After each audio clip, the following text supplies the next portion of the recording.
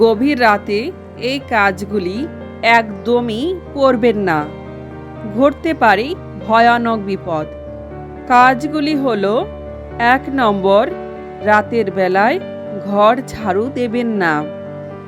ঘর ঝাড়ু দিলে দারিদ্র্যের কারণ হতে পারে। 2 নম্বর, রাতের বেলায় সুগন্ধি ব্যবহার করা উচিত নয়, কারণ এটি অশুভ শক্তিকে আকর্ষণ করে। 3 নম্বর, রাতের বেলায় খোলা চুলে মহিলাদের ঘুমোতে নেই। খোলা চুলে ঘুমোলে অশুভ শক্তিরা আকর্ষিত হয়। 4 নম্বর, বাইরে একা যাবেন না দরকার ছাড়া, বিশেষ করে চৌমাথার মোড়, 3 মাথার মোড়ে।